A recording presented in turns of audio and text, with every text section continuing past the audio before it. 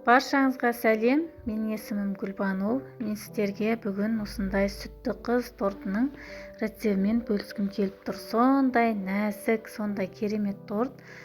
Сіздер де үй жағдайында отбасы мүшелеріңіздің туған күнде осылай торт жасап қуантсаңыздар болады, иә.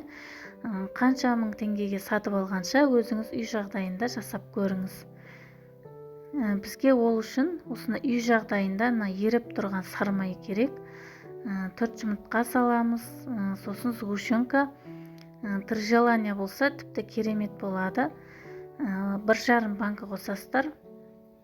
Және осы үшеуін миксермен жақсылап араластырамыз. Миксермен жақсылап араластырып аламыз.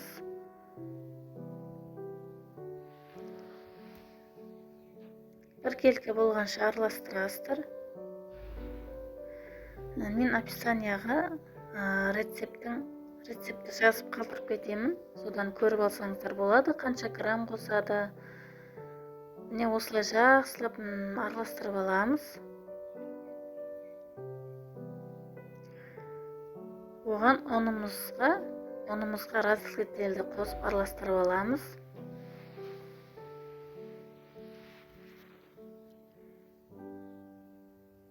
Оны осылай менің бетіне салып араластырып аламыз.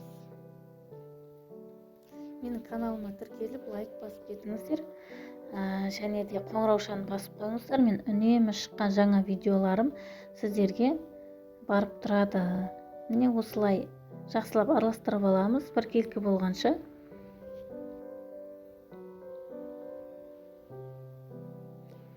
Осындай тесто шығады.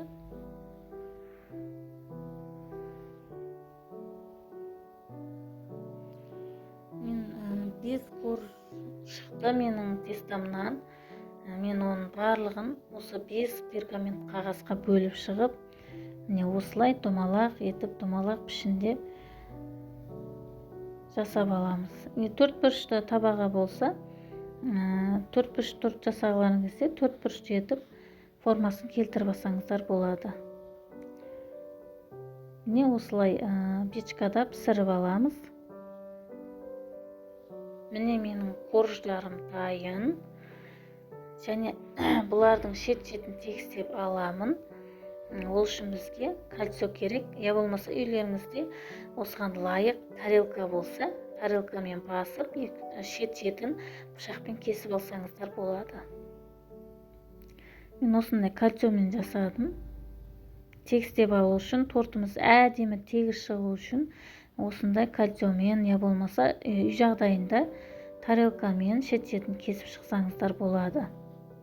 Менде осындай әдемі жұп-жұмсақ 5 корж шықты. Бұл менің клиентімнің тапсырысы бойынша 2 килограммдық етіп жасадым. Міне осындай корждарымыз әдемі болып шықты. Енді кремін дайындаймыз. Креміне осындай творожный сырды 100 грамм шекермен араластырып аламыз. Содан сливкімізді құйып, әдемі крем жасаймыз. Қою масса шығады.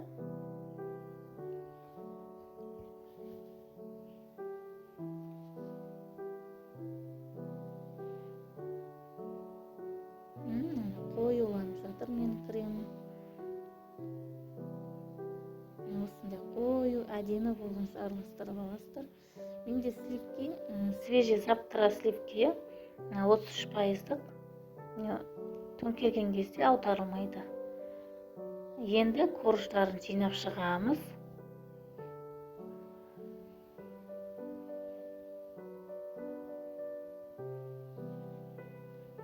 Осылай кремдерді жағып, мен кальций қолдандым бір тегіс шығу үшін.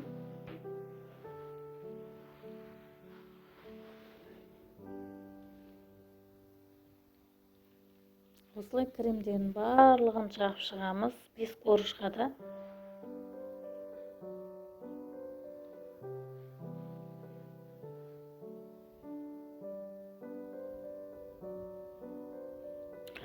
Бұның барлығын жағып шыққан соң мен бұны холодильникке 2 сағатқа қойып қойдым.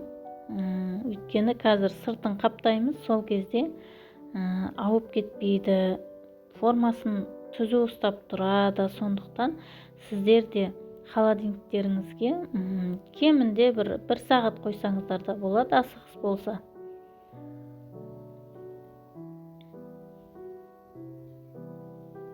Міне мен осылай етіп холодильникке салып қойдым. Содан мен сыртын қаптайтын кремді жасадым. Бұл кремге 300 грамм творожный сыр қостым. Шекер араластырдым. Шекер қоса берсеңіздер болады. Ешқандай сахарный пудра жоқ болса, мен шекер араластырып аламын. Ешқандай несі жоқ, еріп кетеді. Мен 300 грамм творожный сырға 200 грамм сливке қостым. 33%. Осылай мен мешокқа салып алдым да, ұшын қырқып жіберіп, жан-жағына жағып шықтым. Бұл сыртын тегістеу болады. Артық кремнің бәрін осылай тегістеп жағып шықсаңыздар болады.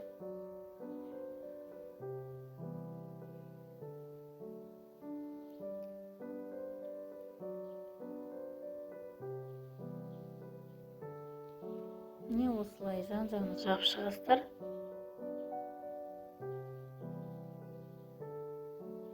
Енді бұны тегістеп шығамыз. Жан-жағын осындай тегістегіш сайманмен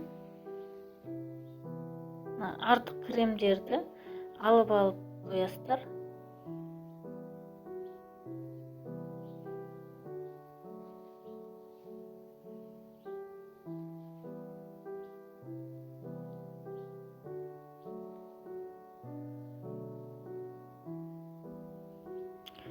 Тегіс болғанша жан-жағын осы құралмен тегістеп шығасыздар.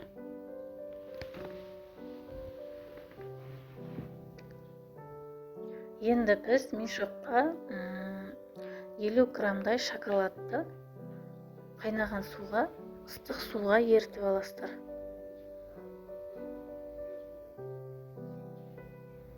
Жан-жағын шоколад тамызып шықтым, әдемі көріну үшін.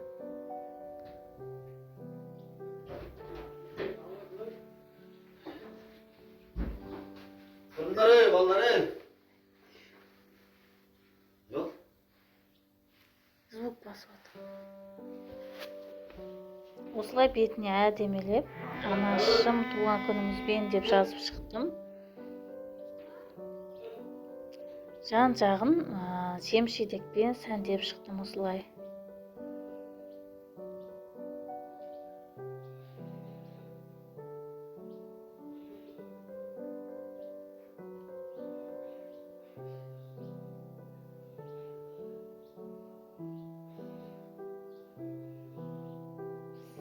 Міне қараңыздар, қандай әдемі торт болып шықты. Мен бұдан кейін керемет активтар келді маған. Керемет, дәмі керемет болыпты. Жалпы клиентіме осы тортым ұнады.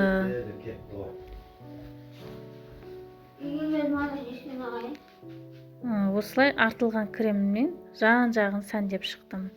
Сіздер де солай жасасаңыздар болады. Бұл 2 килограммдай торт болып шықты. Жалпы мен клиентіме өте керемет ұнады.